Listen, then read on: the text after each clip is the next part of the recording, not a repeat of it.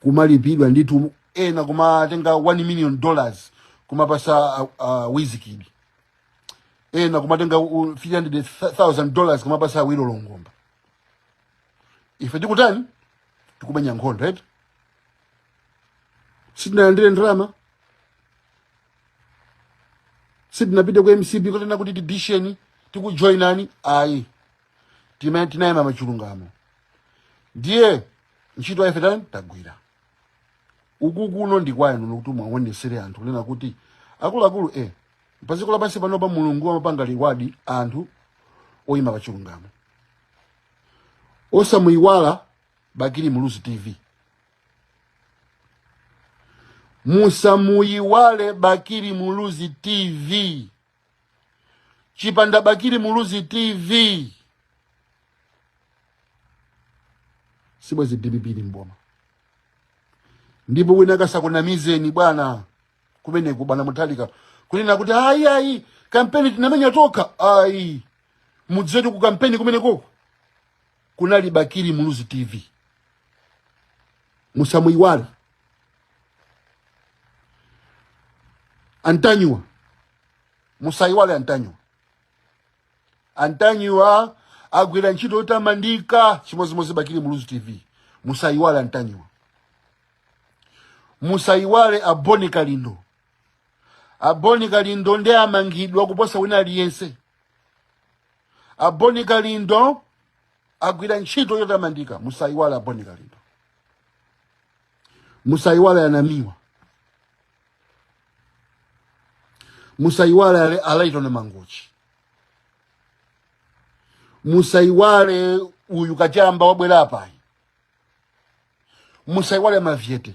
Ya madzuka bwanji kuno ndikundilande kudakali mamawa mabechi anthu sadatsegule kunoko ndikundilande ndithu ndikundilande kuno kusika okolo.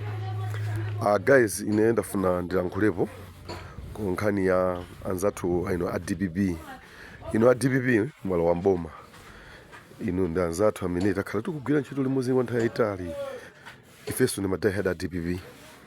Komano pali zinthu zina zimene zikuchitika guys tinene zona zosakhala bwino. Pali uyu timati Ntanyiwa ndi munthu kuti wakhala ndithu akumenya nkhondo ya Malawi. Sikuti kapena ndineti amamenya nkhondo ku DBB ayi, koma amamenyera nkhondo a Malawi ndipo anayima nji pa Malawi. Chifukwa muganize inuyo kuti mukakhala mukusakidwa ndi apolisi mumatha kumuona apolisi akubwera poteropo inu kumuthawa, koma munthuyo asakufunani inuyo. Ndiye muganize munthu kuti amasakidwa ndi bomba kuti apolisi alekwa ngati amene amakhala akusaka iyeyo, koma nkupezeka kuti iye wayima nji ndikuzafika watuluka nawo kumene ifeyo tinali ndithu kumdima mpaka wafika kumene no ife tikuona kuti mwina titha kuona kuwala. Ndiye pano guys tisayambe kumamunyoza Ntanyiwa iyayi guys khalani ndi umunthu. Kula china Boni Kalindo amenya nkhondo, kula china Bakili Muluzi TV amenya nkhondo, kuli ambiri ndithu amene amaoneka kuti anayima nji malingana ndi mmene Malawi kuno zinthu zake zimakhalira. Ndipenda pake guys zikamalankhula tizilankhula inde komano tiziona kuti kodi abale amene analigwira mkono ndi ati. Talowa tumboma kumene zisayambika kuti mna mwake tikhale tumakangana ndi anthu mayambana ndi anthu kumatani ayi sizoona yayi. Tesiyeni Ntanyiwa agwire ntchito yake, sizokuti mwayambe kuntukwana pano chifukwa timaona kuti mwawomboka. Lero tusimawa lerolo mende kujambula ine video yonchi ndi leroli mawa so ni mawa tizafunika so anthu ena kuti atigwire dzanja alithandize. Komano pena pake umunthu umakhala nawo guys. Musamtukwane Ntanyiwa ndi munthu woti watimenyera nkhondo. Ndipo lo ineyo ndimati ndikamakhala zambiri ndimamvera kuchoka kwa Ntanyiwa kwakuti kuchitika chakuti kwakuti kuchitika zakuti nkumazindikira kuti dziko likuyenda bwanji muzafika siku la lero. Ndiye lero tawina timuone ngati yeuja ni munthu osazindikira iyayi. Guys mpaseni ulemu munthu, musiye kuntukwana Ntanyiwa anthu a DBB.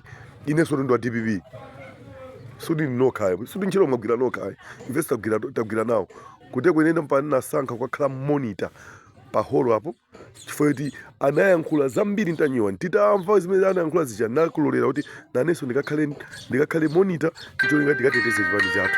Ndikuyambira lero muleke kumutukwana ntanyiwa. Please, ADVB, ndagwira mwendo wanu, siyani kumutukwana ntanyiwa.